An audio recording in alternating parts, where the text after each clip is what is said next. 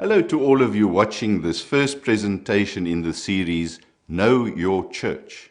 In this presentation and the ones that follow, a brief overview will be given on a range of topics that have been covered in the new Catechism of the New Apostolic Church. There may be some viewers who are thinking, what is this catechism they are talking about so much recently? And that is precisely the topic we would like to cover today, giving information on what the catechism is, why and how it was developed, and of what benefit it will be to the church. Within our church, the term catechism has not previously been used, and thus it is new to many. Let's firstly look at what catechism means. The word stems from the classical Greek word katechein, and is a compound consisting of kate, which means down or towards, and eschein, which means sound. This word was used in the sense of teaching, because the school teachers of the time would speak down to the pupils from the teacher's desk. In early Christian times, adults were given verbal instruction before and after baptism, and those doing the teaching were called catechists. Sometime later, the fundamental Christian teachings were documented and were called catechisms. So now we know that a catechism is like a textbook that in quite some detail explains what the members of a particular religious group believes. Now, if we look back into Christian history, we find that the writings of the English scholar Alcuin in the 8th century are generally considered as the first catechism. The first catechisms comprised the Creed and the Lord's Prayer, together with corresponding explanations. In the 13th century, the 10 Commandments and the sacraments were added.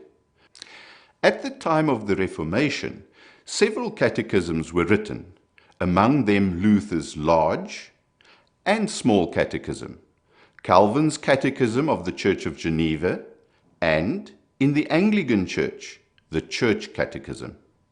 And in response to this, the first Roman Catholic Catechism was authored in 1555 in Vienna.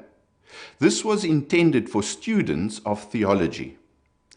Early in the development of the New Apostolic Church, there were also books describing the fundamentals of doctrine. They were written in the form of numbered questions and answers.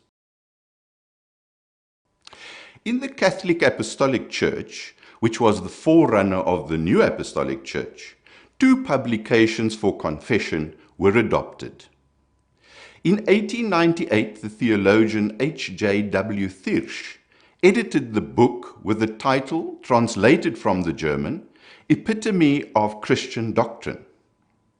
This was followed by L. Albrecht's book with the title, also translated from German, Treatises on the Church. This was particularly for ministers and for use in divine services. An important source for the doctrinal books that are mainly used in confirmation classes was Luther's Small Catechism. Up to the last edition of Questions and Answers concerning the New Apostolic Faith, Luther's commentaries on the 10 Commandments were adopted virtually unchanged. In 1908, Chief Apostle H. Niehaus edited the Hilfsbuch herausgegeben für die Priester und Diener der Neuapostolischen Gemeinde für den Religionsunterricht. This is the Book of Help, edited for the priests and servants of the New Apostolic congregations for religious education. Questions and answers concerning the New Apostolic faith first appeared in 1938 under Chief Apostle Bischoff. It was edited by the Apostles' Council. In 1992, its final comprehensive revision was completed. Subsequent alterations were made in 2005 in the form of a notification of change. Thereafter, there has been no further edition. So, If over a long period of time we have already had books explaining our faith, why was it necessary to compile a new catechism? Here are the most important reasons. Developments in doctrine had taken place, and these were no longer reflected in the questions and answers book. With the developments of the Church, new questions of faith arose, and that had to be dealt with. Some matters of faith had to be elaborated on, answered in more depth to provide a greater understanding. The Church had changed the version of the Bible used on the altar in certain countries, and this made adjustments necessary. The language used in previous publications had become outdated, and to a degree contained words that were understood only by members of the Church. Let us for a moment take a look at these reasons in the light of some examples. In relation to the first point, we see that developments had taken place with regard to our understanding of the chief apostle ministry in relation to divine services for the departed. This concept, called the key power, was explained in detail by the late chief apostle Fair. Our new understanding in this regard had to be documented in a catechism. When we consider the second point, we may take as example the question of the New Apostolic Church as the only means to salvation. The role that the Church has to play in the salvation plan of God had to be clarified and documented. And thirdly, while the return of Jesus remains the striving of the faithful members, attention had to be given to precisely how we should understand the first resurrection. Greater and more detailed information on this topic has been provided. In the English-speaking New Apostolic world, we experienced a change from the King James Version of the Bible to the New King James Version. As the Church is biblically based in all it does, we, for example, saw the change in the praying of the Lord's Prayer to the wording used in the New King James Version. In previous publications containing our catechism, some words were used that are only understood by members. Let us think of examples such as unseen congregation, which we use to refer to the deceased who gather with us, or the bridal congregation, which we use to indicate those being prepared for the return of Christ. I think these practical examples clearly illustrate that the reasons for compiling a catechism were well founded. Now that we have in brief covered why it was necessary for a new catechism, we can, for interest's sake, quickly overview the process that was followed. On 6 March 2003, Chief Apostle Fair established the project group called the New Apostolic Faith and gave them the task of preparing the articles that should be incorporated into the catechism. The individual articles were written by this project group, which was comprised of district apostles, and additional ministers from several area churches. The articles that they prepared were examined and revised by a coordination group using an elaborate assessment procedure involving theologians and proofreaders. The coordination group liaised closely with the chief apostle, and he himself contributed extensively to the preparation. Then the articles were presented to a full meeting of district apostles.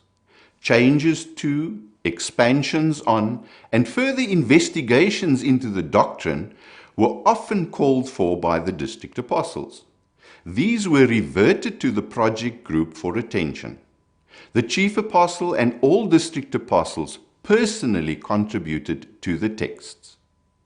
The final approval of the content took place in a district apostles meeting on 17th March 2012. Almost 9 years to the date of the initial project group being established. The first printed version could be handed to the Chief Apostle on 12 October 2012. We can see from this thorough and time-consuming process that was followed that great emphasis was placed on ensuring that the Catechism would be a publication of note. Now let us turn our attention to the contents of the Catechism. Once again, some general comments are in order to get a general overall understanding of the contents of the Catechism. It is important to always remember that the foundation for the doctrine of the Church is Holy Scripture. So, the core statements of the Bible's message, as contained in both the Old and New Testaments, are presented in the Catechism. Beyond that, the Catechism will describe the insights that have developed since the renewed occupation of the apostle ministry in the early 19th century, which are formulated in the New Apostolic Creed.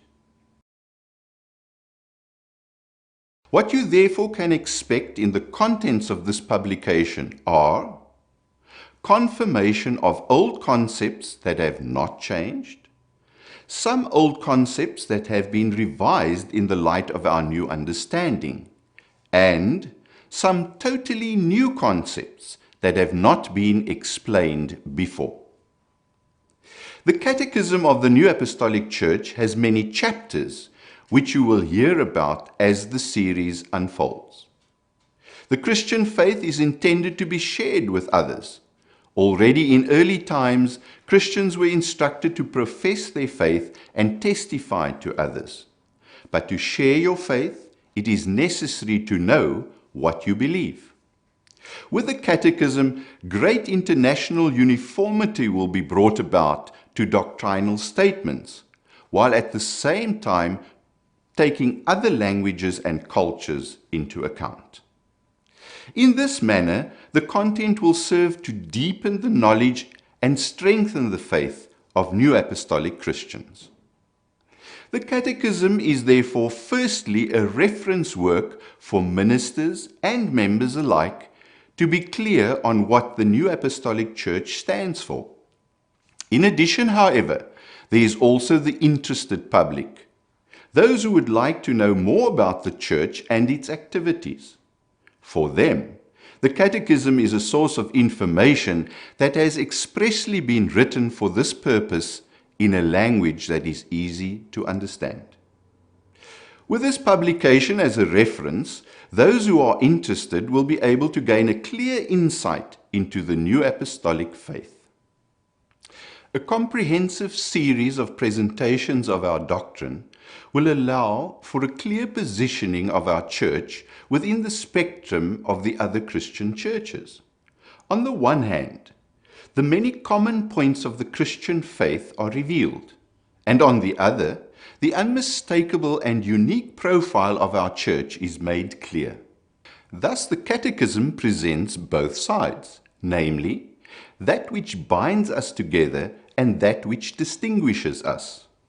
The presentation of these differences is not intended to exclude others or close ourselves off to them, but can rather be a starting point for fruitful dialogue with other Christians. Last but not least, the Catechism will form the basis for all instruction within the Church. Sunday school, religious instruction, and confirmation classes, as well as instructional meetings for youth and ministers, will be based on the content of the Catechism. To summarize then, we have in this episode discussed what the Catechism is, taken a brief look at its background history, why and how it was developed, and of what benefit it will be to the Church. And now we can look forward to individual chapters and concepts of the Catechism being discussed in future episodes, when you will again be given the opportunity to know your church. Till then, God bless.